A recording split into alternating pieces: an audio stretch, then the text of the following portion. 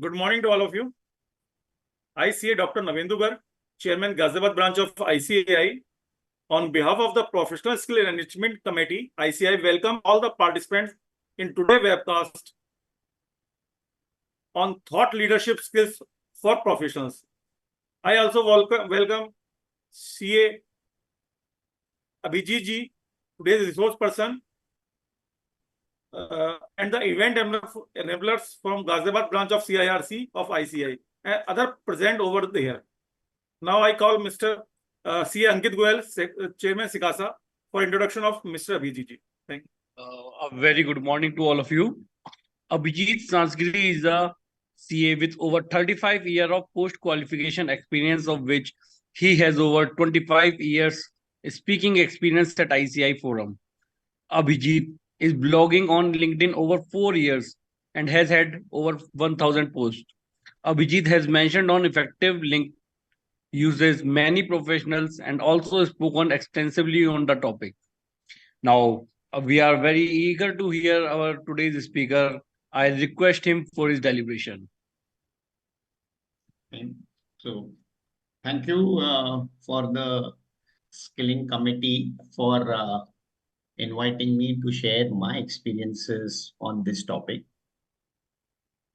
Now, whenever we speak on a topic, and when I mean a topic, so the topic today is thought leadership skills for chartered accountants. So, as chartered accountants, we basically analyze and dissect any topic. So this is all about what are thoughts, what is leadership, and what are skills which we need as chartered accountants to further enhance our thought leadership. And every topic would have a central message. Every speech will have a central message. And I would like to start with the core message which I would like to lay down at the start of what I speak. Is we all think, we all lead. So we are thought leaders because we think and we lead.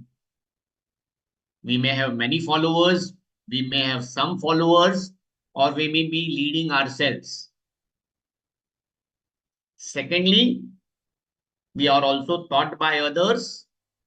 We are led by others. We follow leaders. We learn. We are taught by teachers, trainers, coaches, facilitators, trainers, masterminds, everybody. Life teaches us a lot.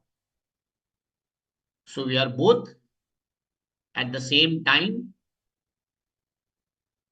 thought leaders, or we are taught by leaders. Now, how do we enhance both these activities which we do at the same time and we need to do? We balance all of these. We keep on learning, unlearning, relearning, as well as we keep on sharing, giving at the same time to be more effective. So first is, at the start, what do we mean by thoughts? And it said, we get 1 million thoughts every day, or maybe thousands of thoughts. What are thoughts?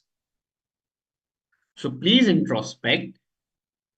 And if you could put it in the chat, and maybe I could read some of that to lay a strong understanding for what are thoughts.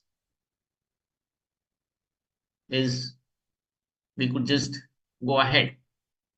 So just reflect for a minute on what are thoughts. Because the very foundation of this topic, thought leadership, is first on thought and then on leadership. And let's then for a minute again introspect on what do we mean by leadership, or what is meant by a leader. What skills do we require for thought leadership? Or what do we require for leadership? What do we mean by thoughts? So maybe just your introspection on that.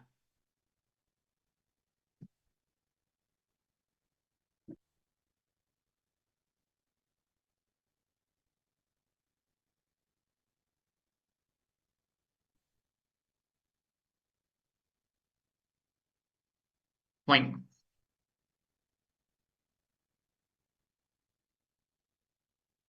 So thoughts are nothing but what comes into a mind in the form of concepts, in the form of ideas, in the form of information.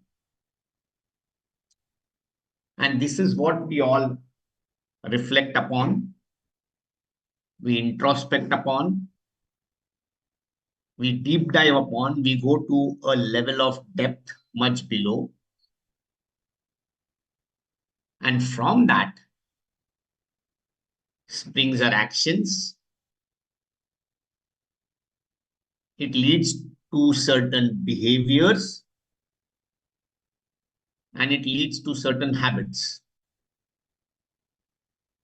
So thoughts lead to our actions. Actions form certain patterns, certain trends, certain behaviors, and they become our habit. They become a part of our DNA, and eventually they define whom we are as a core human being. And then when it comes to leadership, leadership as we define, leaders are born, leaders are made. Leadership is all about, we say leadership is all about listening, leadership is all about empathy, leadership is all about adaptability, leadership is all about decisiveness, leadership is all about energizing others, leadership is all about results. So what then becomes thought leadership? And when we talk thought leadership is nothing but our ability to influence others. And that influence may come from inspiring, motivating, transforming people, organizations, society, humanity. And what do you influence them from? What do you influence them for? And what do you inspire, motivate them for? And finally, that inspiration, that motivation, that influence is for certain positive outcomes. Is maybe for their efficiency, is maybe for their productivity, is maybe for their effectiveness. Maybe you can enrich them, you can enlighten them with the quality of your thoughts. You can solve their pain point. You can invite them to a particular action which would be beneficial to them in the long run or the short run or the medium run. So finally, it is all about benefiting somebody. It is all about being what I call hurt mad. It's all about being helpful. It's all about being useful. It's all about being relevant. And it's all about being trustworthy. And when I mean mad is about making a difference. So it's all about being helpful, being useful, staying relevant, building trust so that you make a difference. And how do you make a difference with? And I use another acronym called CCTV. You make a difference basically with your competency, your credibility, with your talent, and with your values. So when we speak on thought leadership,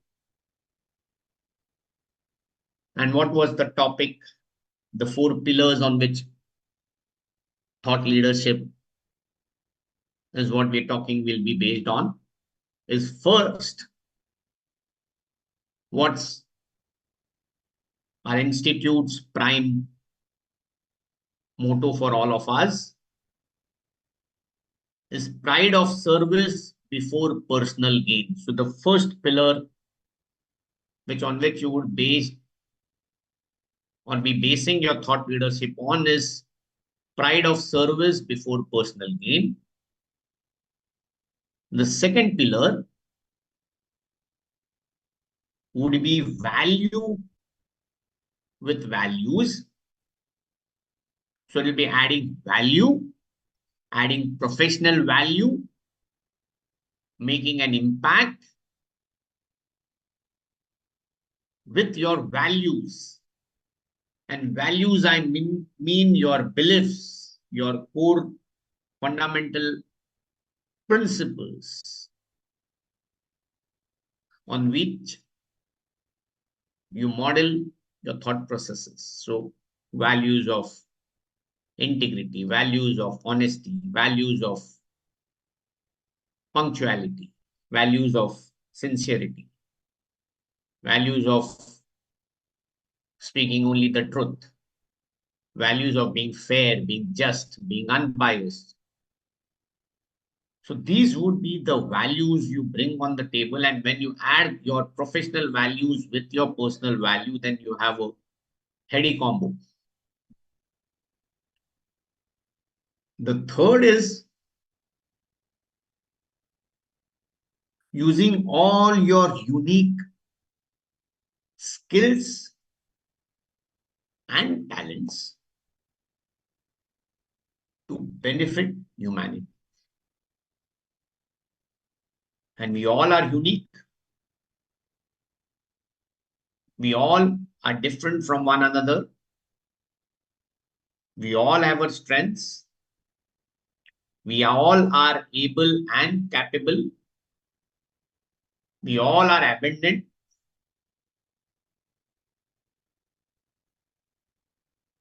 And how do we use this to our fullest potential so that we benefit humanity? So your thought leadership pillars, the first is, which we discussed, pride of service before personal gain.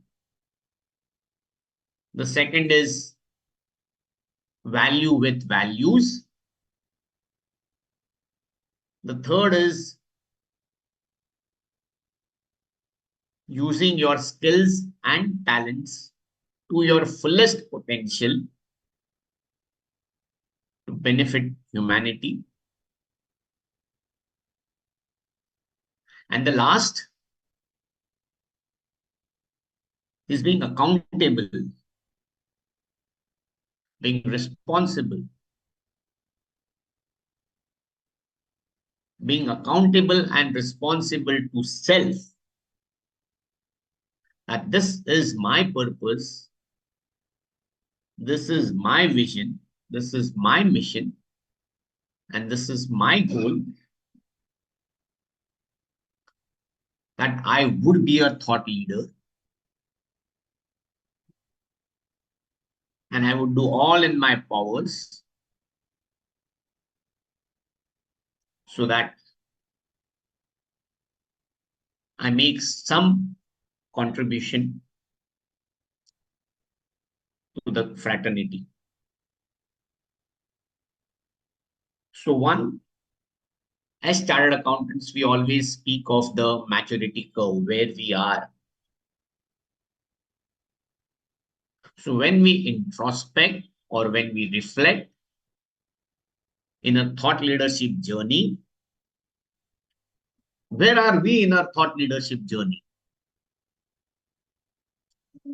So if we know where we are, if we can measure where we are, we can easily reach.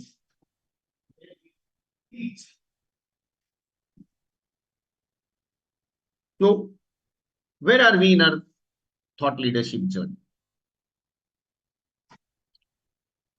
Do we know first what thought leadership is?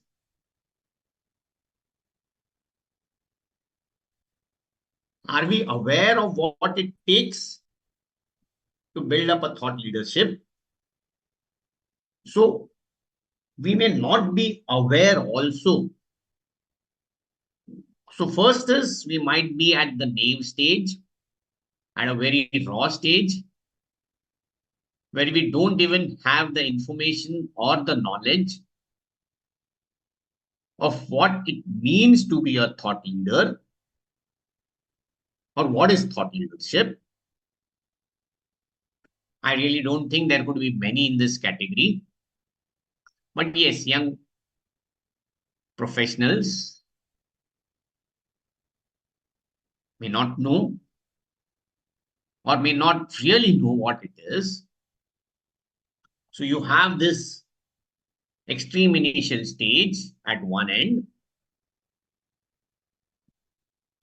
and then you are slightly better at an awareness stage,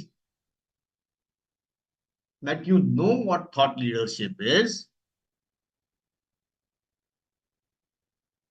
And when you know what thought leadership is, you feel, yes, at a point of time, good about it. Yes, you may at times try to benchmark. Okay, now I am aware. What do I do to build up my thought leadership? Maybe a brand, as we call it. So that's being aware. But being aware is just one part of the process. At the start of the journey, the starting of the journey starts with awareness. And after being aware, let's say you've accepted the fact that you are just a beginner, maybe at the CA entrance stage,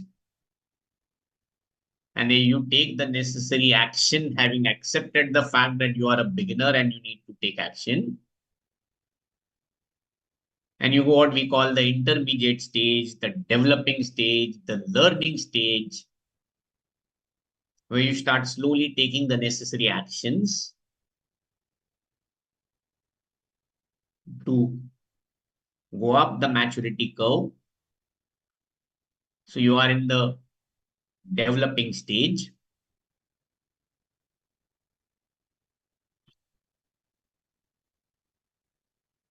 So you are from the beginner, you are the intermediate. And then as we say, post the intermediate, you are at the final stage. You're slightly more mature. You're slightly more refined. So if you're a CA student, you've done your 3 years of articleships, maybe now 2, maybe done an industrial trainee, you've done your ITT, you've done your GMCS, you've given your exams, you've cleared, you've become a professional.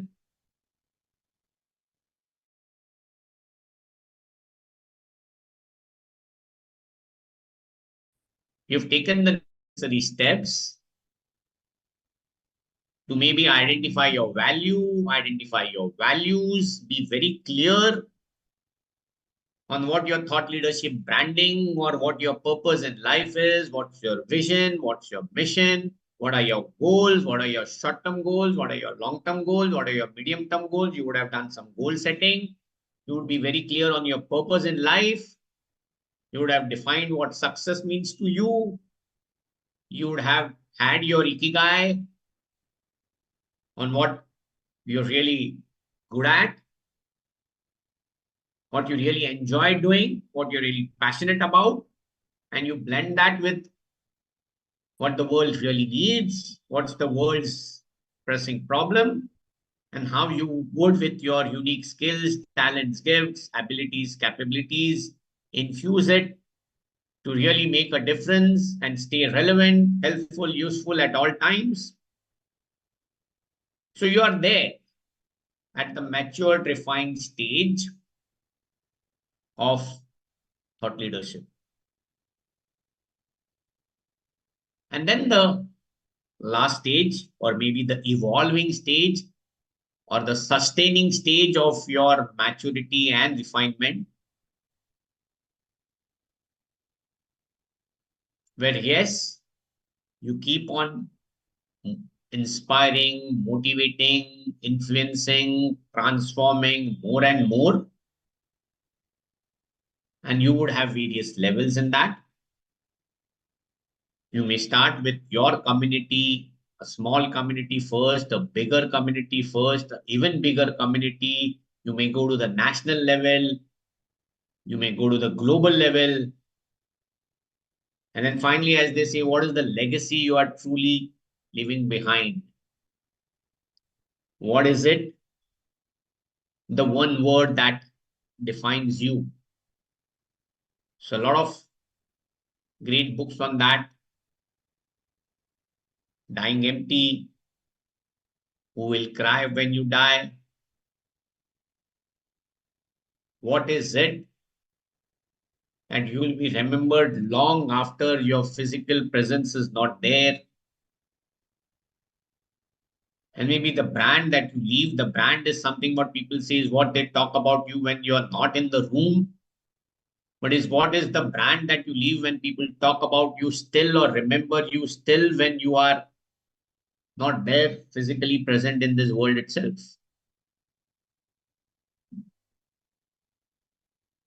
So knowing all this as a background, how do we start on a thought leadership journey? And everything starts with being aware. Who am I? What do I do? For whom do I do? Why do I do? And how do I do? So the basic purpose, the clarity of the purpose. Do you have a clarity of the purpose why you are there? Why you were born on this planet? Or we as all of chartered accountants, we as professionals who pride ourselves in our service before personal gain, who are, say, experts in the fields of accounting, auditing, costing, law, taxation, valuation, analytics, business intelligence, strategy, risk management, compliance. I could go on and on.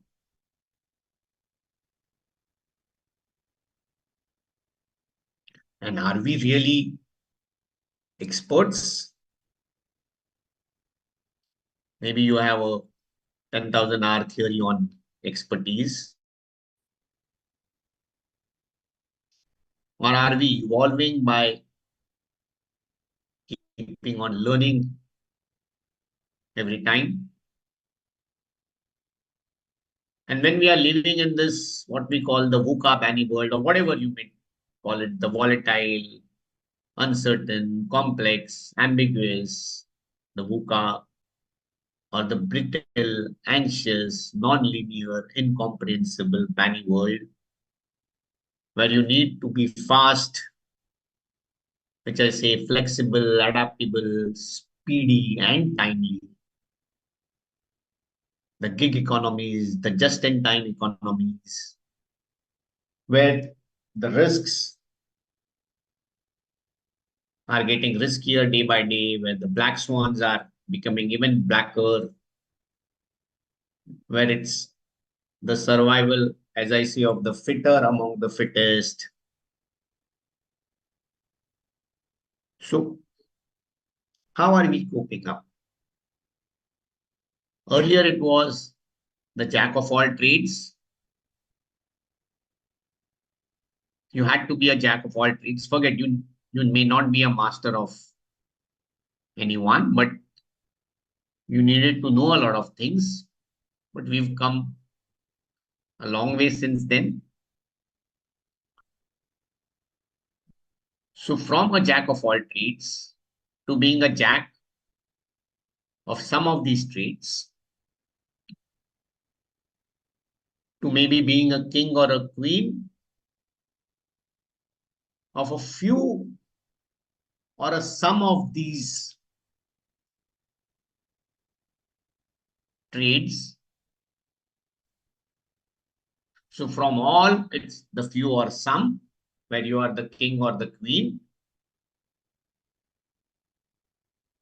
And then maybe a chosen, handpicked niche area, your core competencies, subject matter area, maybe 1, 2, or 3, where you are the emperor or the empress and you continue to lord over it.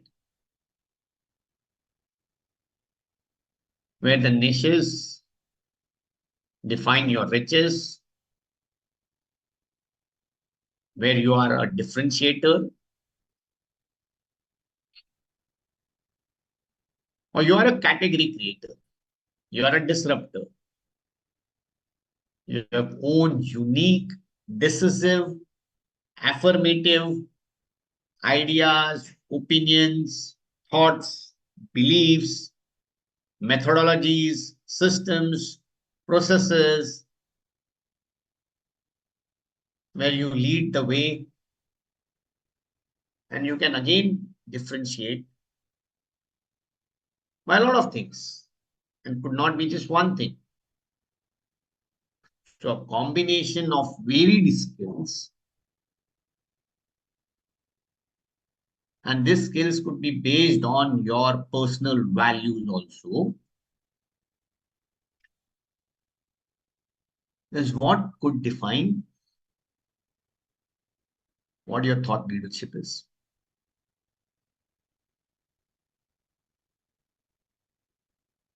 And then, man, what is the perception?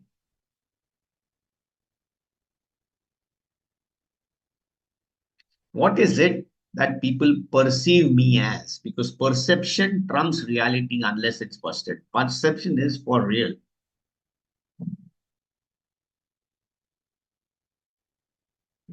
And I talk about the 5 stages. The first is the projection. The projection is the dream. The projection is the dream that I would achieve this level of greatness, this level of success, this level of adultation, this level of the cheering, appreciation, acknowledgement, respect, recognition. So this is something where you dreamt of, that's your projection. Now you have a projection, but do you have the potential to achieve the projection? Otherwise, it's just wishful thinking. So one is, then that's where you do your SWOT analysis. If this is my goal, this is my projection, this is my dream, this is what I want to achieve to get the respect, recognition, adulation, standing ovation. So this is where I would be fulfilled, I would be happy, I'll be contented, I'll feel inner peace, whatever is your definition of success as you project it to be. Do you have the potential to reach where you want to be? And that's where you do your strength analysis. And if you know you don't have the potential right now, but obviously you can always build upon your potential. And that's where you can take help of masterminds, mentors, coaches, trainers, teachers, facilitators who would help you in that journey. Proximity is power. Proximity to other quality thought leaders will be real power. They say you are the sum of the 5 close people you spend your time with.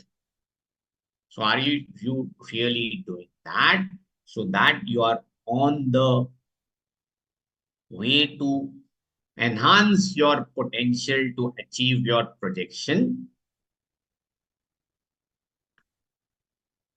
Now, one is you have a dream.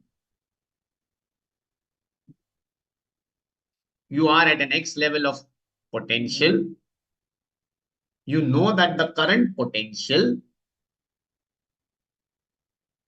needs to be acted upon to reach the projection. So this is where you need to prepare. So all the P's, the preparation, the hard work, the effort, the investment, the learning, the unlearning, the skilling, upskilling, upgrading, whatever you call it. So do you do it? Are you preparing yourself? Are you being prepared?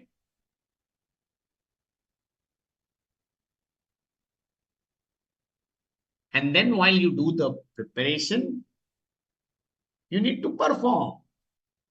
You need to act. You may have done all the preparation, but at certain points of time, if you wait for perfection, you'll never be perfect.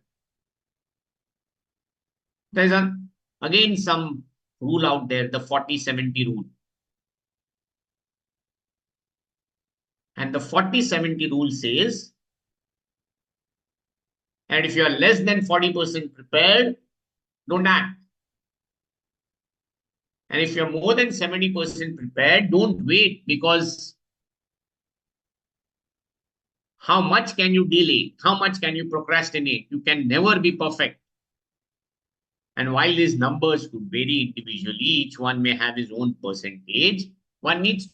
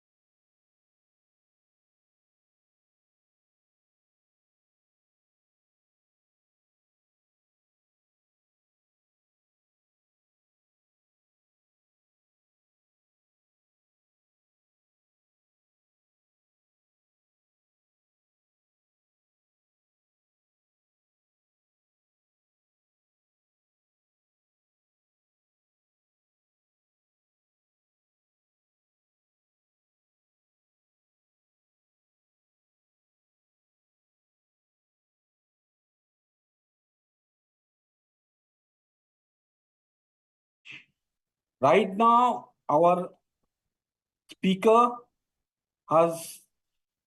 will rejoin the webcast shortly.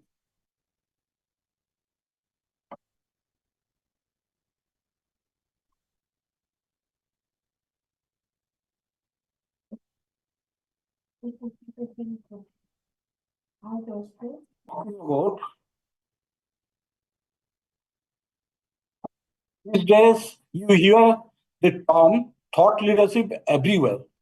But what does it actually mean? Simply put, thought leadership means that you as an individual are seen as the knowledge leader in your field. Right now, our has rejoined, so that I am handing over the session to our speaker. Fine. Sorry, the connection got disrupted. So one is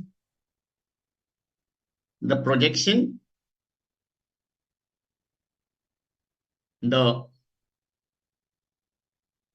potential, the preparation, and then the actual performance. And you may perform, but what is the perception? Are you perceived as a thought leader? Because as I say, the perception trumps reality. So between your projection, your potential, your preparation, your performance, and your perception, are you in sync?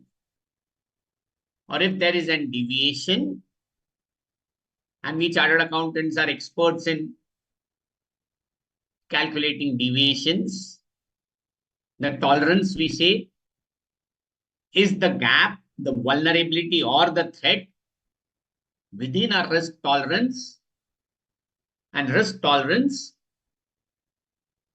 within acceptable limits, so that this is all in sync.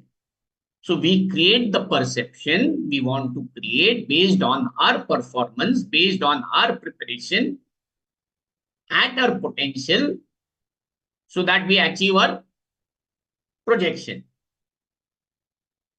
And after having our projection, if we set our sight on a higher goal, then how do we come back again to enhance our potential by preparation,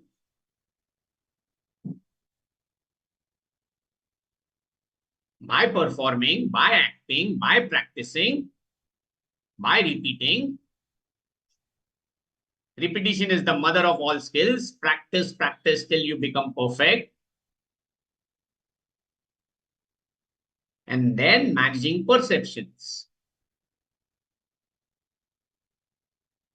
So, and then you apply this to your thought leadership. What is it that is your niche? What is it is your core competency? What is it is your subject matter expertise? And how do I know that?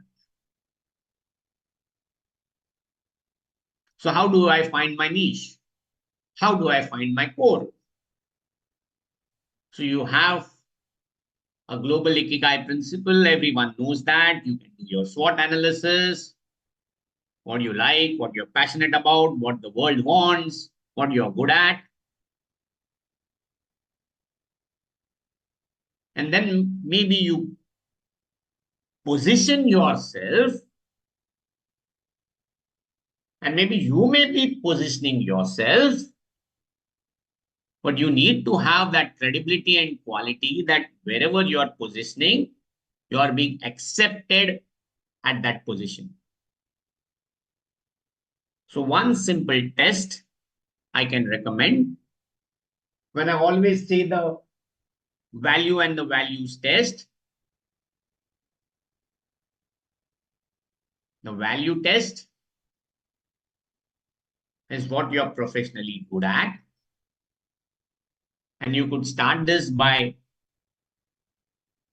asking your seniors, juniors, your peers,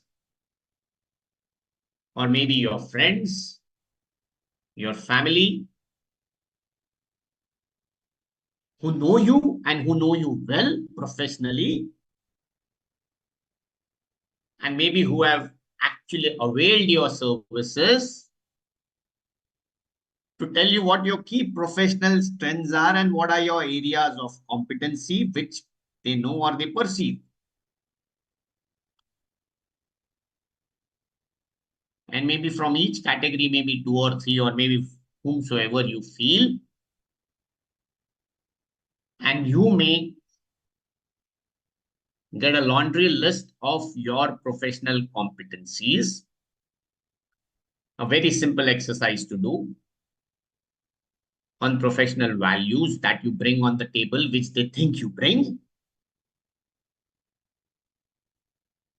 And then you sync it with your personal values. Again, you ask them what your personal values are.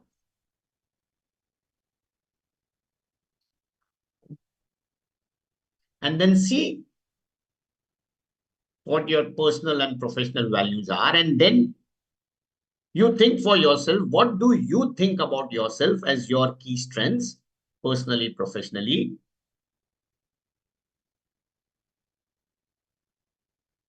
So, imagination, creativity, critical thinking, problem solving, decision making, tech savviness, out of the box thinking, accuracy, reliability, consistency, dependability, commitment, experience, expertise, integrity. Could be some value traits which would come on the table, which could help you professionally, on which you could build your professional brand. And then you may have personal values coming in on trust, honesty, integrity, sincerity, simplicity, humility, gratitude, persistence, perseverance, resilience, tenacity, grit, humanity, compassion, care, helpfulness, kindness. Many things could come on the table. And you could be even surprised by some of the things which a lot of people would bring on the table and talk about.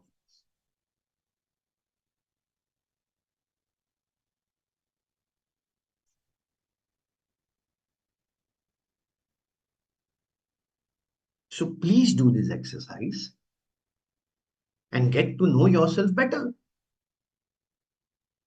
Be clear on your personal and professional values, what others say. So you could have an entire team of people of various genres. So your seniors, your juniors, professionally, personally, your family, your relatives.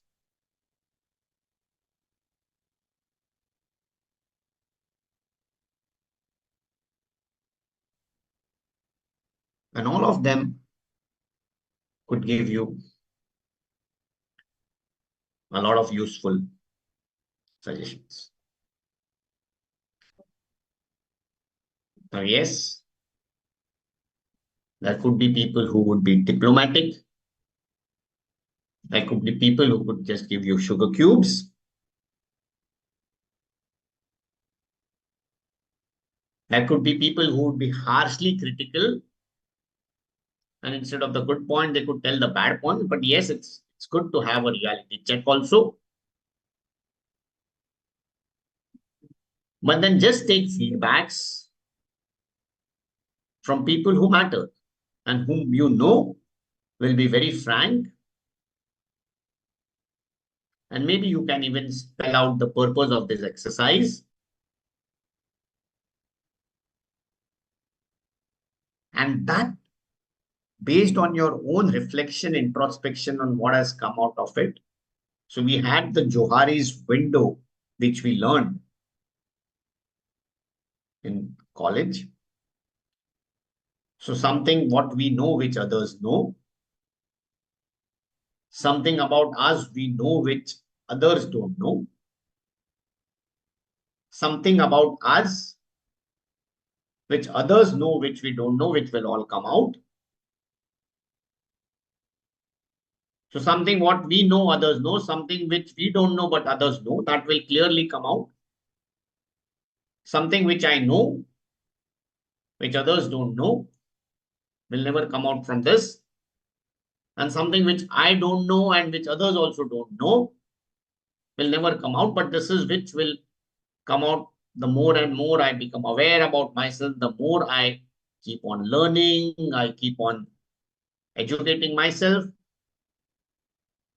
And we are living in an era where there is information explosion. The data gets converted into information. We all have a lot of information because of the net. And maybe because of artificial intelligence, that information can be processed into knowledge. So you just use the right keywords and you will have all processed knowledge, where it will even save you the surfing time. But knowledge is one thing. All of us have access to knowledge at the click of a button. How do we use the knowledge which is there at our disposal? How do we apply it practically? How do we implement it effectively and efficiently? So the application of knowledge is what is key. And how are you applying that uniquely? Maybe at a reasonable price point, because that's also something which matters, the pricing.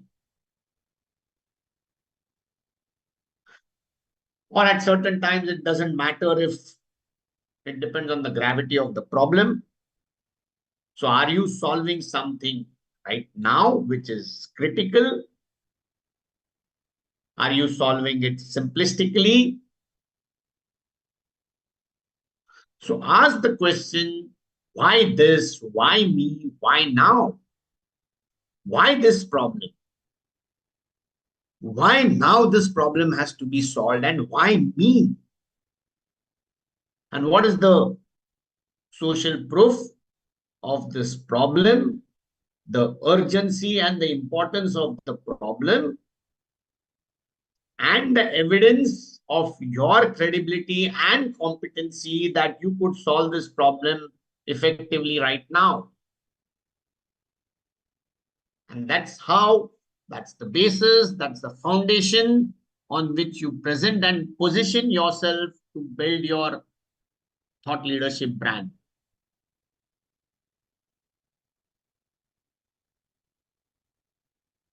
And again, as chartered accountants, we have our limitations on openly marketing and advertising ourselves.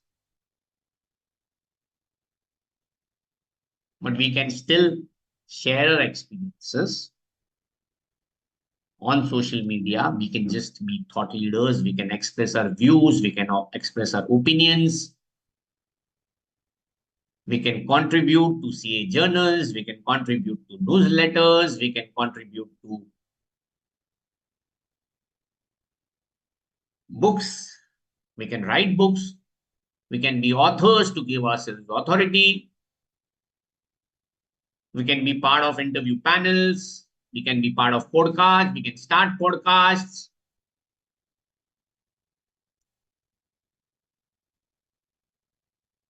We can cut videos for the institute. We can brand ourselves on LinkedIn. That's an entirely different topic on how I do it.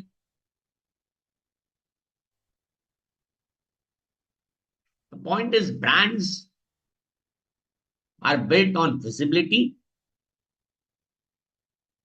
Brands are built on quality. Brands are built on credibility. Brands are built on consistency. Brands are built on humility. Yes, while you tom about it, you don't be so brash that the ego gets the better and people actually lose the likability aspect. So brands are all about standing tall. And when I mean tall, it's all about the trust. It's all about the acceptability. It's all about the listenability. why you should listen to this. And when I'm talking brands, I'm meaning brands as a chartered accountant. I'm not meaning brand as a product. I'm meaning brand as a service of a chartered accountant. The service should be based on trust. The trust that the professional is competent. The trust that the professional will solve my problem, solve my pain point. He'll be accurate, he'll be precise, he'll be reliable, he'll be consistent. The trust comes out of competency and credibility.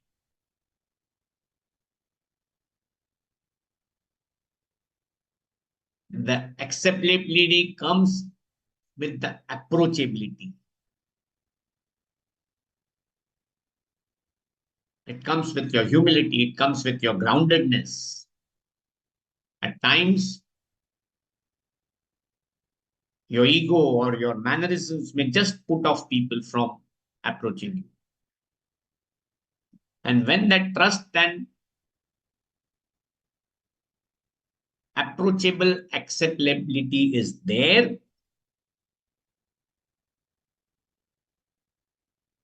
then will come the likability. So what's your likability quotient?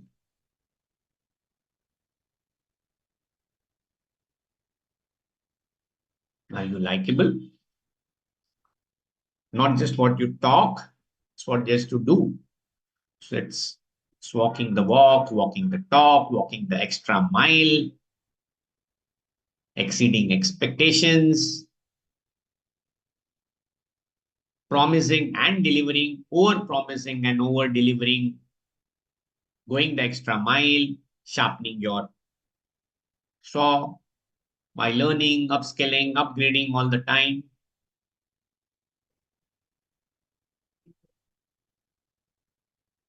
So the trust, the acceptability, the likability.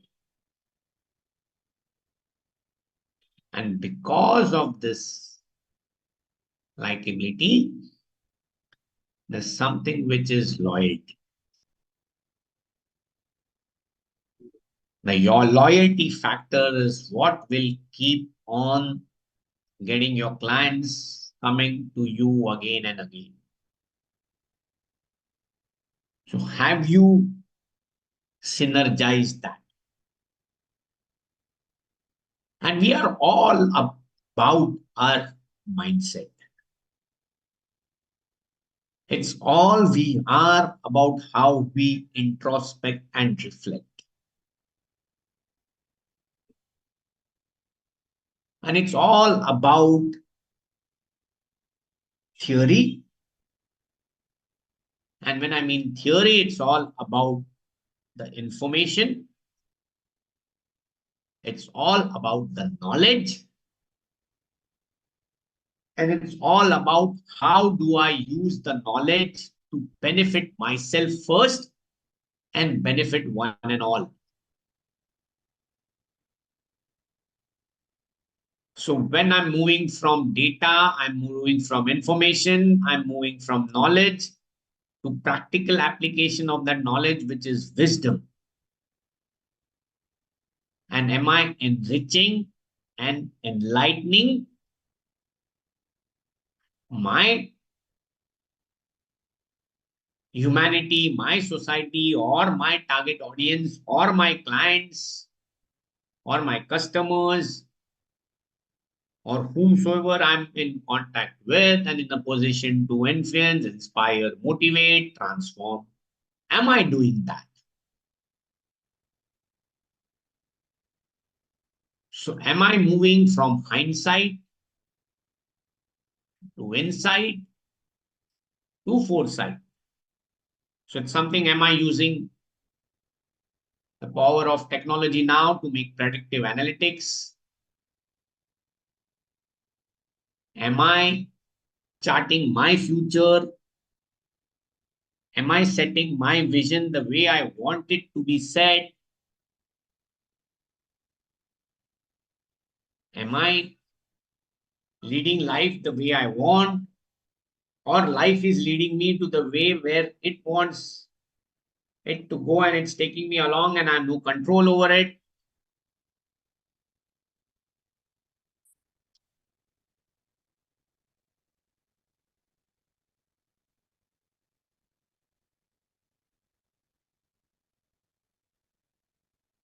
So I need to think right and do the right things. So again, it's the quality of thoughts that come in my mind. How do I declutter my mind? Maybe the techniques of meditation, yoga, affirmations, maybe having the right nutrition. It's a combo. It's just not my physical fitness, it's my intellectual fitness. It's also my spiritual and emotional fitness. So whether I've really thought and worked upon all of that. So it's a process, it's a journey. I need to enjoy the journey. I need to be a better version of myself every day. I need to compound. I need to evolve. I need to grow. I need to personally develop.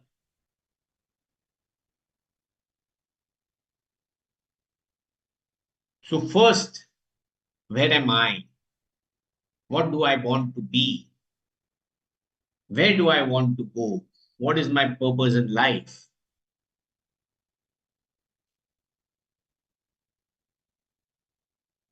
So that's where the goal setting is important. And goal setting again is contextual, circumstantial, depends on your urgency and importance, depends on your responsibility. You could have a lot of responsibilities, a family responsibility to get your children well educated. Maybe that could be the primary responsibility.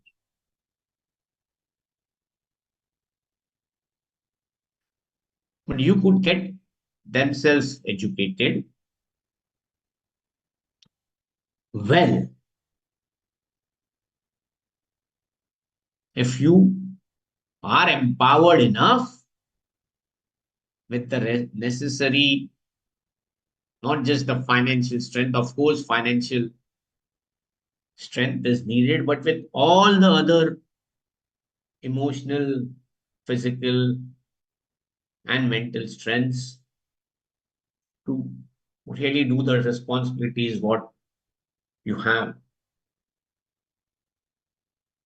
So at various stages of life, maybe at this stage of life, your health and wellness would be priority. And for some people like maybe me, the purpose may not be to earn as much money. Okay, yes, you've earned enough for your wants and necessities. Again, a very spiritual discussion which happened one day on how rich you are. Depending on how much do you earn more than your wants or necessities.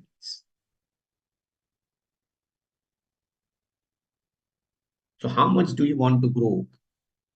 How much do you want to balance your ambition versus greed, your stress versus your satisfaction, your fulfillment, your mental peace, your inner calm? And how do you balance this that you grow at the same time? You balance everything. So it's not staying in your comfort zone and just letting each day pass, or you take the right amount of challenges, the right amount of push, exertion, or stress so that you achieve your fullest potential. And if you all of us reflect all of us would feel that we have not achieved our truest potential. And why is it so? Why do all of us feel that we have not achieved our truest potential?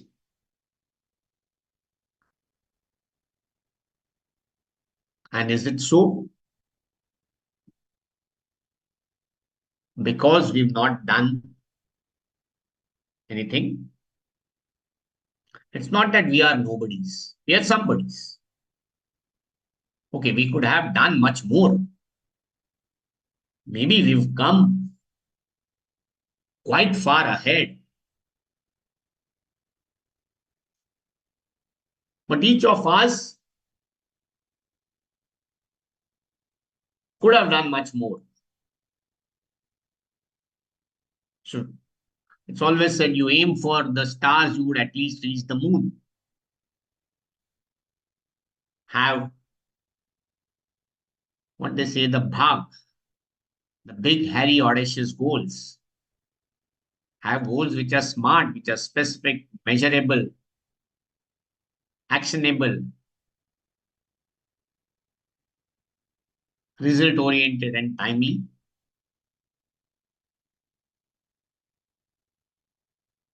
So within a larger purpose, which is a vision, which has a mission, which has goals, which has sub goals, which is targets, which you keep on fulfilling and doing course corrections. So are you doing that?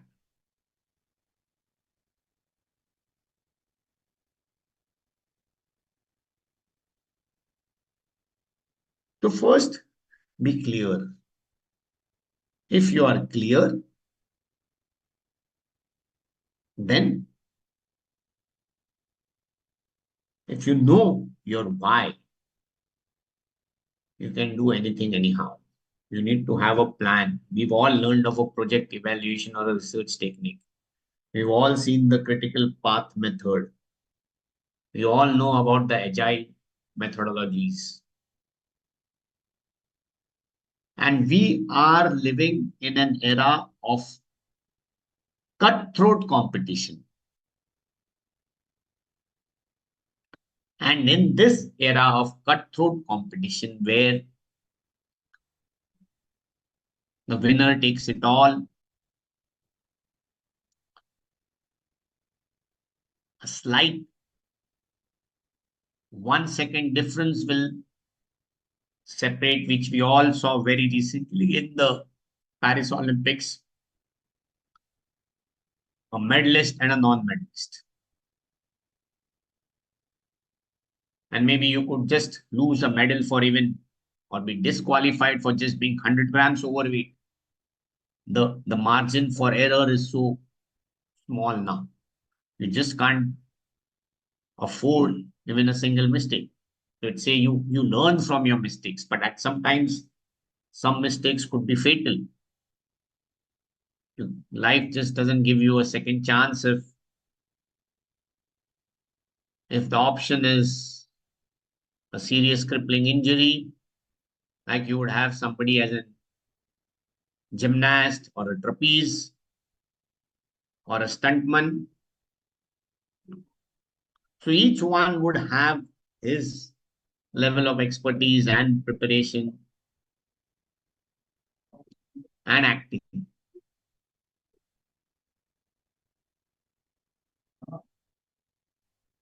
So clarity is key.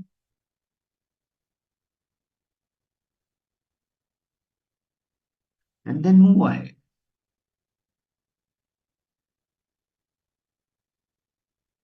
It's always necessary to take support, to ask for help, know where you are, move upward in the journey.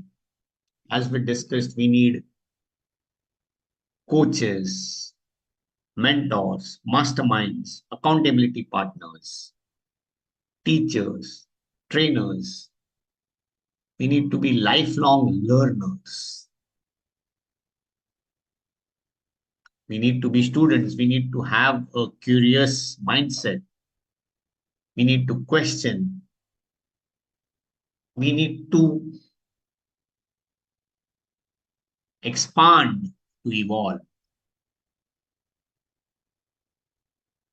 And in this era of cutthroat competition, we can only survive by collaboration. And that collaboration can only happen by cooperation.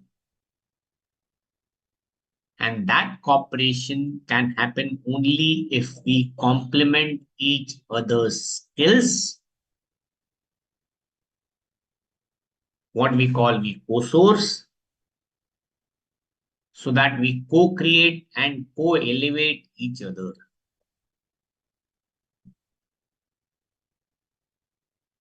So it's all about teamwork. It's all about team spirit.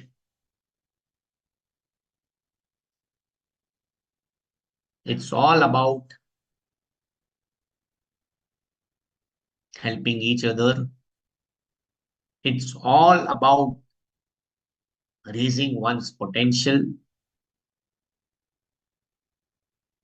It's all about the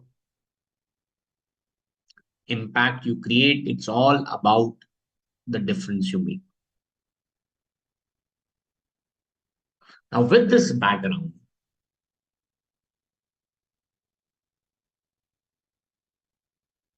where let's say we all know everything, the real gap, where is the real gap? The real gap is between knowing and doing. We know a lot of things. We don't do a lot of things. We all know cigarette smoking is injurious to health. Still, there are many people smoking. We all know drunken driving can be fatal. There are deterrent punishments. There are still people who would drink and drive. We know a lot of things, still we choose to ignore. We know exercise is great for health. Do we really exercise? Everyone would always say the next day, but tomorrow never comes. The maximum number of enrollments for the gym happen on 1st of Jan. And maybe 50% of them would drop out maybe after the week. 80% would drop out of 15 days. And maybe only 10% would survive the 21 days. So it says it takes 21 days of consistent work to build up a habit. And whereas we've taken that 21 days to build up a habit of excellence, it may not take us some time to derail that habit of excellence. And again, you're back to square zero or even minus. So how do we actually stay the course? How do we actually stay that path? How do you sustain? How do you be consistent? Do you have a larger than life goal when you would be doing something? It might need a lot of lifestyle changes. It might need a lot of sacrifice. It would need a lot of perseverance.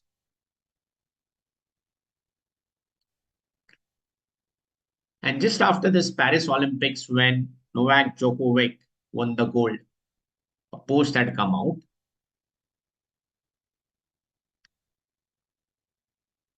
where Novak says that he loved chocolates,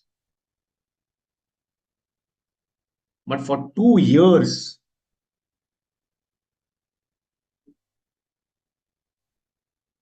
he hadn't had a single chocolate.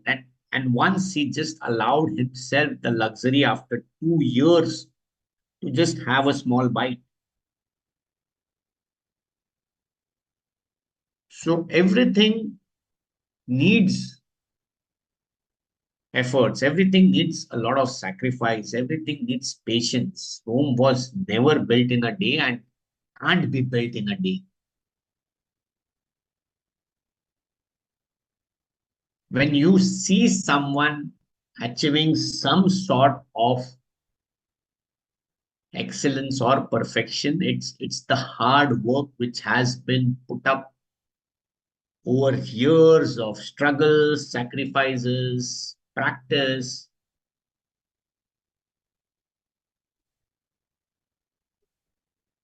And you have a lot of examples of people who have been successful, especially you take the sportsmen, especially the cricketers. And I come from the city of Mumbai, and Mumbai has a lot of passion for cricket. And a lot of these youngsters, they keep on coming to the Maidans to practice. And maybe that practice starts at 7 o'clock, and some of them stay far off 50 kilometers away. And they get up at about 5:30, get ready, have some food, carry some food,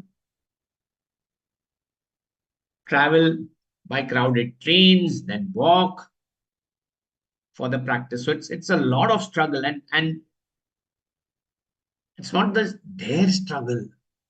Their mothers have got up much before they've got up to make the food for them. So it's hard work by the entire family. And in many cases, they've not been affluent. So a lot of hard work. So everything needs that hard work. It needs that smart work with the hard work.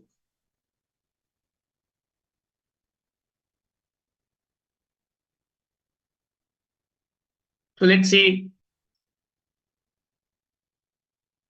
your basic brand building as a chartered accountant. Each one of us who has been a chartered accountant knows the importance of hard work, having studied at least for 8 to 10 hours for the last 4 or 5 months for each of his intermediate and final exams.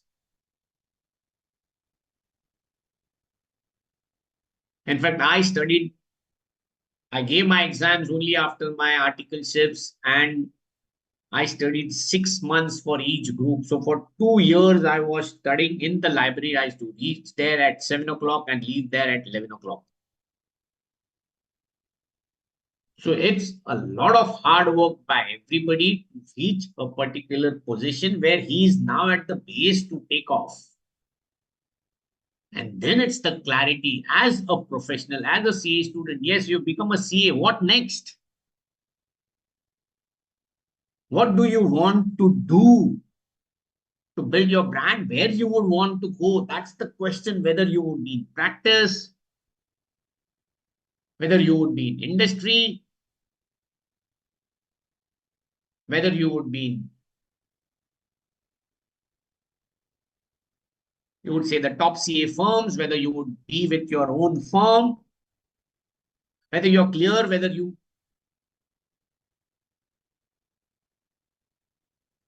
which area you would like to practice, which industry you would like to practice. So whether you want to be in the banking industry, the financial services industry, whether you want to be in the pharma industry, whether you want to be in the hospitality industry, where exactly you want to go. Is it you want to consciously go somewhere, or is it that you are driven because maybe, yes, that's the first job I got. This is the job I got where they offered me the highest salary, or maybe this job is close to where my house is. Or maybe there's some people who join some companies because, yes, they serve great food. There's great flexibility in timing. So each one would have his own thought process of what he wants to do.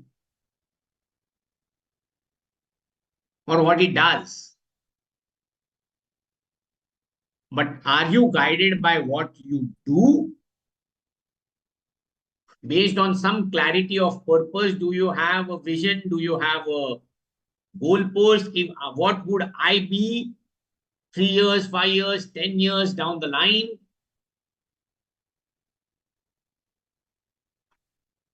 And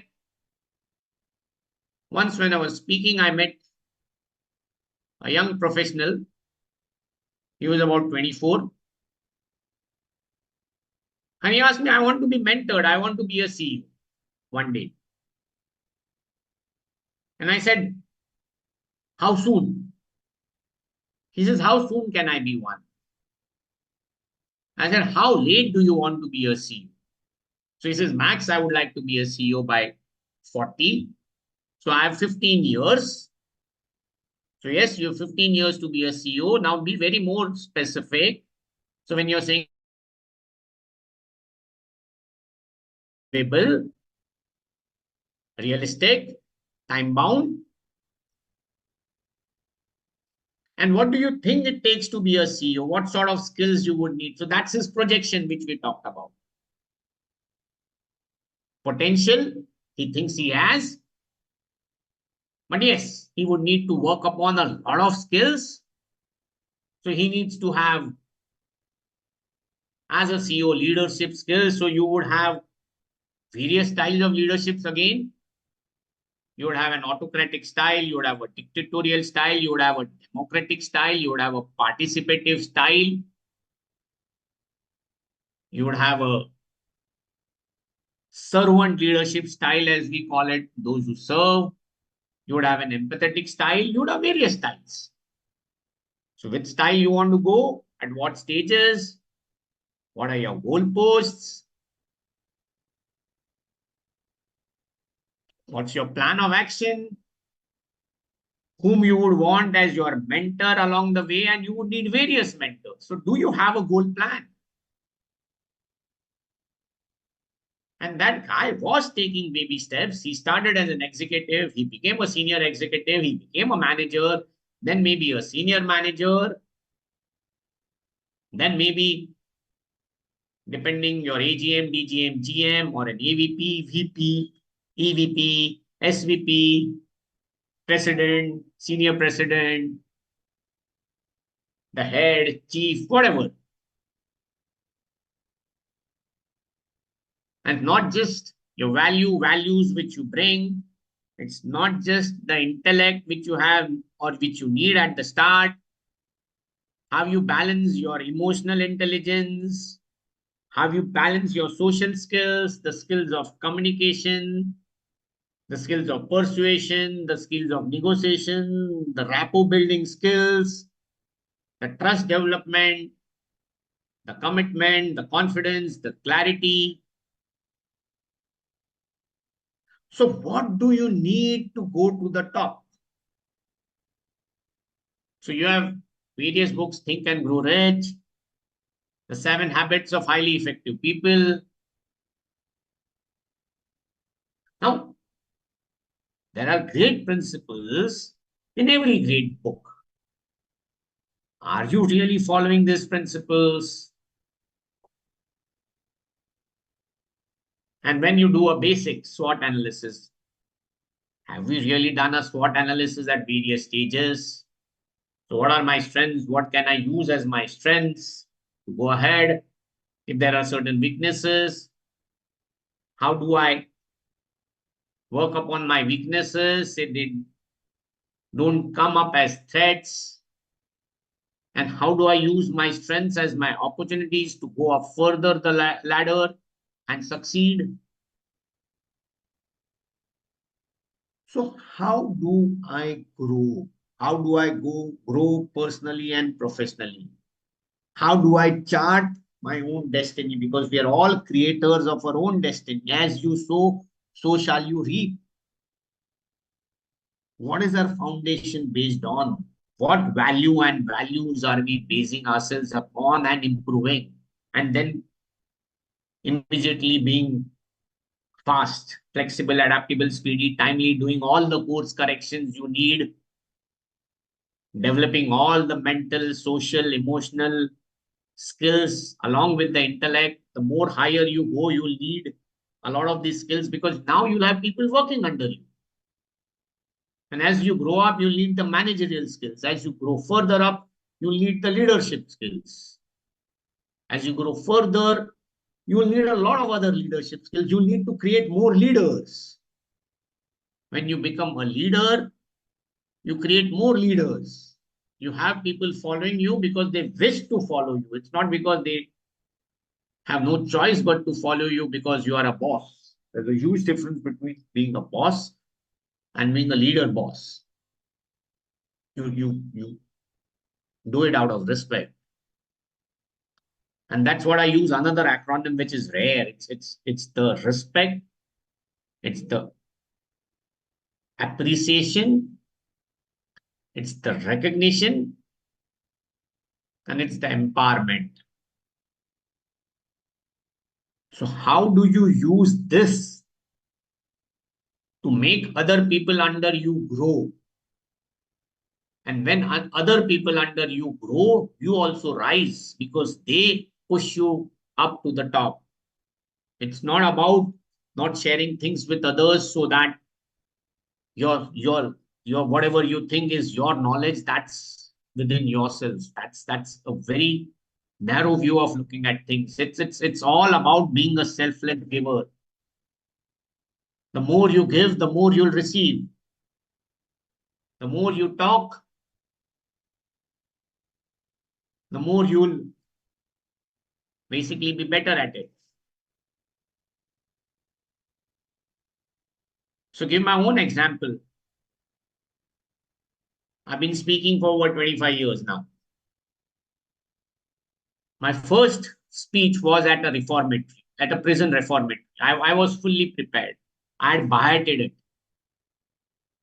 And when I went on stage, all the convicts of the reformatory school, so all prisoners under 18 who are housed there, they were all very boisterous, dancing, howling, shouting, coming on stage and heckling me.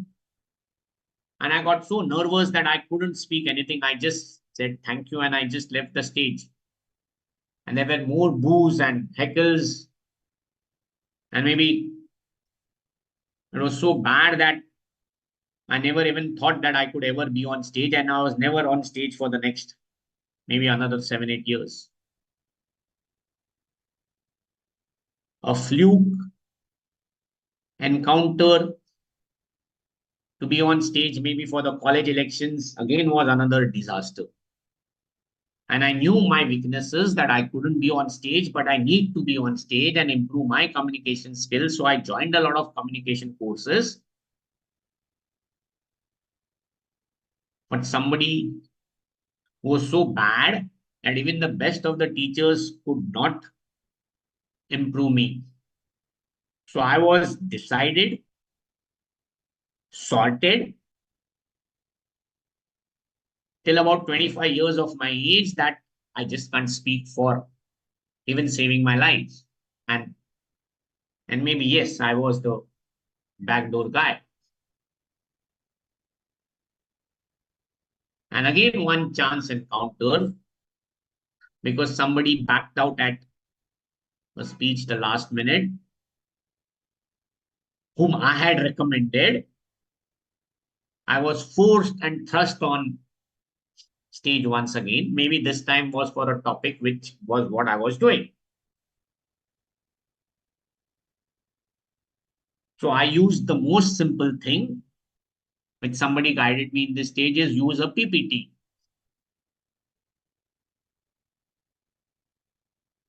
And I just made a PPT and just read it out. And for me, my success was that I completed the duration, which till my date, I had never done it. So that was a big confidence booster that I can do it. I can't be heckled. I can't be booed. So each one would have his blocks, his mental blocks, which one needs to overcome. and he would need to fight his own battles, his own demons, which maybe I did that day. And then that was the starting point of speaking on. And then I hardly use a PPT. And I all believe PPT is now for me people, process, and the timing. And I just go with the flow because it's your natural, authentic, original thought process which comes out. Yes, a PPT would give you a structure, a PPT is needed, but each one will be on his own, so each one will experiment. I'm experimenting today. And a lot of times you get the opportunity to speak at the very last moment. Now, whether you are confident to speak or whether you do a damage to your reputation is something which you need to see and need to take the call, because a reputation once damaged is not easy to build up. Again, your perception, what you build, people would think very greatly of you as a speaker and as somebody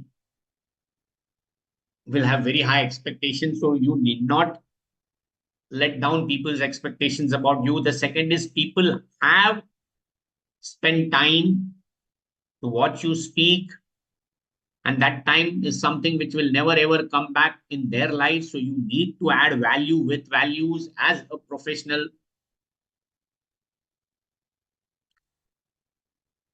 So it's what is in it for them.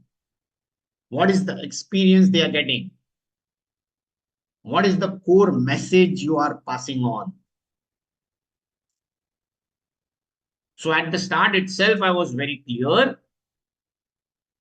that we are all thought leaders and we are also taught by leaders. So how do we balance our learning and giving process at the same time? Because we can't keep on learning. We'll also have to share what we've learned. And what we've learned, if we don't share or tell others within the next, it's another theory by another person. If we don't do it in the next 72 hours, we'll just forget it. So keep on speaking about it. If you learned something, post on social media. LinkedIn is always there. I posted today on what I speak. So I had a structure to what I speak. So there is a mind map in my brain on what I'll be speaking upon. So I can go with the flow. Or you can cut out a video and post that on YouTube. You'll have n number of people following you, watching it. Especially in cities like Mumbai, where the travel time itself takes an hour, people have their headphones on and watching 2 audios or videos, and you could make podcasts, you could make videos and post it, and people will get inspired, influenced, motivated, transformed, and you would also leave a solid perception for yourself and build up your thought leadership brand on your areas of expertise. So you have a huge number of CAs who are not into traditional practice, who are doing a lot of soft skills courses, I know CAs who are into NLP, I know CAs who are authors, I know CAs who are chefs. So a lot of people are following their passion. Good, great. The good is the enemy of the great. So each unto his own, what they like, what they would like to do to make a difference, what they would do to impact others. And as long as you are helpful and useful, then only you will be respected. You are not respected for your qualification. You are not respected for your position. You are respected for what you help the other people through your maybe qualification or your position. It's how you impacted someone's life, how you helped solve his pain point, and you gave a solution which was simple, which was effective, which was timely, which was at a reasonable price, or you made somebody feel better. So again, what's your purpose of life on which you want to build a thought leadership? Again, the question is of branding. And you have n number of people coming on social media and saying you just post something and you'll build your brand. It's not just posting anything. It's posting something which is adding some value. Again, value is subjective. What is valuable for me may not be valuable for someone else. So are you just posting for the sense of just because that's a tick box? Are you writing a book because just that, okay, you became an author? An author will give you the authority. Are you just having a podcast because that's the latest fashionable thing to do? Are you going and speaking on seminars or contributing to journals or whatever just because everybody does it? And yes, these are some of the to-dos in the branding exercise or in the developing of the thought leadership exercise. It's not a tick box. It's something which has to come genuinely, authentically, originally, and this has to be something which has to actually add value with values. So value with values, being a selfless giver, being accountable to self. मैं ये क्यों कर रहा हूँ? किसके लिए कर रहा हूँ? It's not that it gives me satisfaction, it gives me fulfillment, it gives me inner peace, it gives me calm. Yes, it does give me. But is it helping someone else too? And when they say money is a byproduct, pride of service before personal gain, it's something that you serve so well. And obviously, the recipient of the service knows the worth of the service. And he'll obviously pay you. Or if he's not in a position to pay you, he'll obviously refer you to some clients who would pay you. Or he will always talk good about you. He would be your self-proclaimed advocate for life. He is your biggest testimonial. And I've come across various instances in life where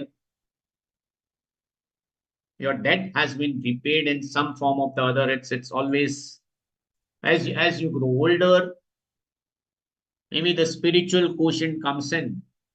And spirituality is... Hello, Anuj sir. Thank you, Vijay. Thank you very much. Thank you very much. Thank you. So you can continue on the spirituality part of so as I said, as we grow older, the spiritual part to be of help and serve. So basically, as I have great respect for the elected representatives because they absolutely go out of the way to maybe help a lot of us professionals and the sacrifices which they do. And I've known a lot of elected representative close counters. So the entire institute of chartered accountant becomes their family. So it's an extended family. So over to you, sir. Thank you very much, Abhijit sir. The way he is contributing for the cause of the profession, for the members, for the students, something really great. We are really grateful that you are contributing in a great way for the Professional Skill Enrichment Committee to see that how we can really do something very, very concrete for the best of the chartered accountants of the world, how we can further enrich the skills of the best of the chartered accountants. I am really grateful to see Rakesh Singhal ji, our Honorable Dhankuber of Ghaziabad branch, our event enabler, Sri Vibhor Jindal ji, our Honorable Vice Chairperson of Ghaziabad branch, our event enabler, and Dr. Samit Kumar Misra ji, the Secretary of this very, very important Professional Skill Management Committee, which has come into existence for the first time in the history of the Institute of Chartered Accountants of India, with the sole objective to see that how we can further enrich the skills of the best of the chartered accountants of the world, and thought leadership skills for chartered accountants. Very, very important topic Abhijit sir is taking, and we are really fortunate that the resource persons like Abhijit ji is there on the platform of the Professional Skill Management Committee, and this is skills enrichment month we are celebrating. So every day we are having one or more webcast or webinar with the help and support of the resource persons like Abhijit ji. And I think the thought leadership skills for the chartered accountants, the topic which has been chosen by Abhijit ji, will be very, very important for all of us. All of us are supposed to be the leader in our respective fields. And we are supposed to have the leadership skills in one way or another. And Abhijit ji is the best resource persons to help us out to understand this very, very important concept. So I once again welcome all our honorable members from each and every part of the world who are live with us, and we are trying our level best to see that how we can really do something very, very concrete for the cause of the society. Also, now we have introduced daily yoga session from 7 a.m. to 7:45 a.m. with the help and support of Bharatiya Yoga Sansthan, in which thousands of chartered accountants are daily live with us, and for the overseas members also. Saturday, Sunday from 9 a.m. to 9:45 a.m. we are having daily yoga session. Today our Honorable President was also here because we want to see that how we can have healthy chartered accountants and healthy family of the chartered accountants. And when we will be healthy chartered accountants, we will be having wealthy nation with the help and support of the healthy chartered accountants. So thank you very much, Abhijit ji and Rakesh Singhal ji, Samit Misra ji, Subhor Jindal ji, and all the viewers from each and every part of the world. Thank you, thank you. Over to Abhijit sir. Thank you. Thank you. So, Anuj ji highlighted the health aspect which we have spoken. So, health is wealth, and we are partners in nation building. So, we need to be healthy in mind, in spirit, in body, so we can take care of the responsibility which is cast upon us. So, and we do it through our thought leadership. As you said, we are all leaders in our own right. We think, we lead. We also are thought and we are led. So it's that combo, the balanced combo of balancing or sharing and giving at the same time to develop more better professionals. And each one of us is unique. Each one of us is differentiated. And there are some great books I think one can read. So there is a book, Differentiate or Die. And as we said, we are all a victim or creature of habits. And there was one good or bad habit which I developed very early in my early student days as a chartered accountant, is going to the library and read. And I've been a member of the library of the institute since the last 40 years. And I've been still going there, taking books and reading them. And there are some great books available. And there's a great thought leadership out there in the world which you can basically use. And that what I say is the basic knowledge. Knowledge is available in plenty. How you harness this knowledge so that you can convert the knowledge into wisdom. You can practically implement that effectively and efficiently to benefit not only yourself. So it's first your self-care, your self-compassion, your self-growth, so that you are in a position to help others grow much higher. And as you get people grow higher up the ladder, you also rise higher up in the ladder, in the chain. So it's all about the collaboration, to cooperate, to co-create and co-elevate. So we all need mentors. We all are mentors also at the same time. So It's what is reverse mentoring. We all learn from our juniors. I learn from my articles, from my fresh professionals all the time. It's all about being coached. It's all about coaching others. It's all about having a mastermind. We are all great masterminds to each other. Each day, somebody would come with a different skill. We all need variety of skills to go ahead and be much better as our professionals. So it's all about upskilling. It's all about the 3 L's, being a lifelong learner. As one says, stay hungry, stay foolish, stay curious, keep on growing up your journey, know your maturity curves, where you are, whether you are a beginner, whether you are somebody who's aware, to somebody who's at the development stage, to somebody who's at the refined stage, and somebody who's actually mature and who's now evolving to transform to a stage of transcendence. So we all are actually work in progress. Even at one stage, we need to sustain at that stage or grow even higher. And it's all about the clarity of our thought. It's all about decluttering of our mind. It's all about resetting our mindset, because we are all abundance. If we all know really well, if we all know really well what we want to know and why we want to know, and if we know our know really well enough, and if we act on that no, then that no is waiting to happen. That no is waiting to happen. And some may call it miracles, but it's the new normal. Change is the only thing that's constant. Change is growth. Change is evaluation of evolution. So one keeps on getting enriched, one keeps on getting enlightened at the same time as he enriches and enlightens others. So it's all about teamwork. It's all about bonding. It's all about team spirit. It's about how all of us help each other. Each one of us has his own unique strengths. Each one has a unique skill. It's just reflecting deep enough. And as I said, do the value and the values test to know where we are, and then brand ourselves in the professional journey. And we have enough opportunities. Never say no to any opportunity. And depending on the situation, just stand out, just speak, just take the courage.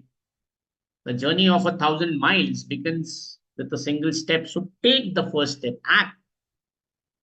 Just do it. That's the philosophy which Nike says. So just go ahead. It's a process. It's a journey. Enjoy the process. You obviously would be much better when you act. Repetition, as I say, is the mother of all skills. Assumption is the mother of all goof-ups. Practice, practice, practice. That's what will make you perfect. And just remember the P's of projection or your dream, your potential, your preparation, your performance, and your perception which you create, and then sync all of them. So it's finally all about the C, which is the commitment and the clarity. It's all about the E, which is the enthusiasm, the energy, and the excitement which you have when you're doing your task. And it's all about the P, which is the purpose and the passion. and you can all create magic. And I'll end with this. And when I say you can all create magic, is when you are mindful, when you are authentic, when you are grateful, when you are with absolute integrity, and when you are committed. And create magic by standing tall. And tall is being trustable, accessible, likable, and listenable. So God bless. Thank you. Thanks for this patient listening. We had to end at 12:50, dot at 12:50. Respect time. If you don't respect time, time will never respect you. Any sharings, any brainstorming, I think there could be questions on the chat. I can answer that. You can always stay connected. My number would be available openly. I'm an open book. I could be easily accessible on LinkedIn. I'm from Mumbai. Anytime, anything for the profession, I'm always there. Thank you. Thank you, Anuj ji. Thank you, Sambit Kumar ji. And thank you, Rajesh ji, and all the organizers for giving me an opportunity to speak. Thank you.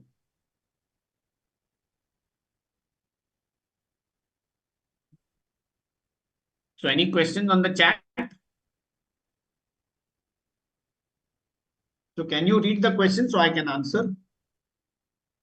But there is no question on chat box. Okay. So there was one question which I'm reading is one needs to be diplomatic. I think when one needs to be diplomatic, again, the word diplomacy which is used depends on what sense you are using it. If you are using diplomacy in the sense of manipulation, then I would not agree that you use your manipulation skills. You be genuine. You be genuine to help. It's not that you think of the end result that by doing this, I will get this. You just do it selflessly. And the results are that to come. I think one need not be curt, one need not be rude. There's always a better way of putting things. So maybe you have that courtesy and kindness when you say certain things. So yes, diplomacy is not bad, but diplomacy should not be manipulative. Acha, Abhijit sir, there are certain questions now on chat. Yeah. Chat group. Yeah. Yeah. So what are they? One is, sir, can self-help group be created city or region wise? So obviously, depending on where it can be created, so you have the study circles. The study circles are obviously city-wise, within city, location-wise. So you could use this study circles for skill development. You could have your own small community of accountability partners, mastermind. So I'm in a lot of communities of communication skill professionals. So obviously that helps me in my communication skills. Again, there is a session which is there on at 7 p.m. 7 a.m. every Saturday. I attended that. It was a 7 to 9 session by a brigadier who's a friend of mine. So it's we keep on learning from each other, and as things go and it reaches our mind, it gets stored somewhere. And maybe when you use this and when you speak this out, I think this is what is all by receiving and sharing. So you grow. Okay. Another one is, though leadership is fair, but in corporate world, is it required to be diplomatic in certain situations? So that's what I said. Diplomacy to the extent of manipulation, to the extent that it is not genuine and authentic, will always be caught. Because diplomacy, if it is playing favorites, if it is playing cronyism, it is basically politicking. I think somewhere or the other, I think it can be a see-through. So it has to be natural, it has to be authentic, it has to be selfless. So Okay, another one is in India circumstances. Is it correct to say that thinking right is equal to thought leadership? So thinking right, obviously you get a lot of thoughts. You eliminate or declutter the unhealthy thoughts. So you think right, but it's not just thinking right. If you just stay put at that right thoughts, if you don't act on that thoughts, then as I say, if wishes were horses, beggars would ride. It's just wishful thinking. It's just daydreaming. I think you need to act on your ambitions, on your goals. You need to act with focus. You need to act with relentlessness, passion, perseverance, grit, tenacity till you achieve it. And then maybe have higher goals. Okay, one is passion is the most important thing to do everything in life. So passion is a key. You need to be passionate, but then that's where passion also has to have a demand. Passion also has to be your skill. So you may be passionate about something, but you may not have the skills. Then you need to acquire the skills. Again, you might be passionate about something, but that passion may not be a commercial proposition. So if your responsibility is to earn for the family, then technically, so let's say there is a 21-year-old boy whose parents are maybe not there, or they are dependent on him because of when he needs to work. And if he really wants to pursue his passion of maybe singing or something where maybe he doesn't see anything to earn in the near future, I think one needs to take a call on what is his larger purpose of life. His larger purpose of life is to basically be of help to his immediate dependence, or maybe just follow his passion. So maybe that's a subjective contextual question. Yes, but where your passion meets your skill, and your passion meets a demand which the world is needing, and you are working relentlessly towards your passion, because now you're not working, you are just enjoying and loving what you do, and that's your commercial proposition, then that's a heady cocktail which is all meant for success. Yeah. Then there is one, how to cope up when there is negative environment in family itself. So see, one is when there is a negative environment, just move away. So we are all products of energy, and it's established that we are all, what we think is all about the thoughts, and the thoughts also get influenced by the energy or the circumstances where we live in. So maybe just move away from the negative energy. I think if we stay with the negative energy, we'll also be negative, we'll be pessimistic, we'll be depressed, we'll be stressed. So as I say, don't take the stress, don't take the tension, don't take the resentment, don't take the irritation, don't take the nervousness. So don't take the strain. The strain is the strain of stress, the strain is the tension, the resentment, the irritation, and the nervousness. Just don't take it, just move away. Simple. Okay. Then one is, what is the main quality for good leader? Each communication is on top. So again, it would depend on what would be one single factor. I don't think there is one single factor for success. Yes, communication is a great skill. The leader's, what you call his persona, will be enhanced by great communication, but you don't need to be a great communicator by just having oratory skills. You can communicate also by your actions. You can communicate even by your deeds. You can even communicate by the life you lead, the simplicity. So technically, let's say the people like Mahatma Gandhi or Abdul Kalam, I don't know about their oratory skills, but they inspired people with their actions, with their deeds, with your humility, with their simplicity. So it's with their servant leadership, with their participative leadership. So while communication may be very much at the top in the ladder or the pecking order, it's not the only skill that one needs. Yes, communication is one of the greatest skills in the planet, but if your strengths or your skills in other areas where your actions speak louder than words, I think that there are various examples. Thanks, Abhijit ji. That's all the questions. Thank you. Sambit ji. I would like to invite Vibhodji for his vote of thanks. Thank you. Vibhodji, vote of thanks. Thank you, Sambiji. First of all, good afternoon, everyone. It has been such an honor to be a part of this wonderful webcast on thoughtful leadership skills for professionals, organized by the Professional Skill Enhancement Committee, ISI.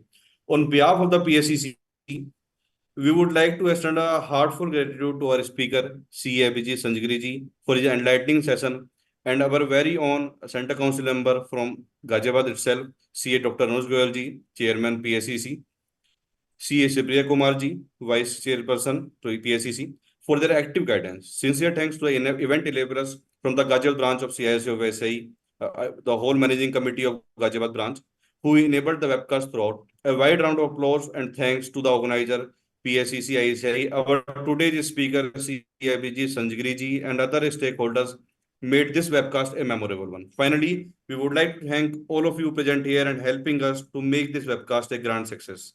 Thank you, one and all. Thank you. Thank you. Thank you. My pleasure. Thank you.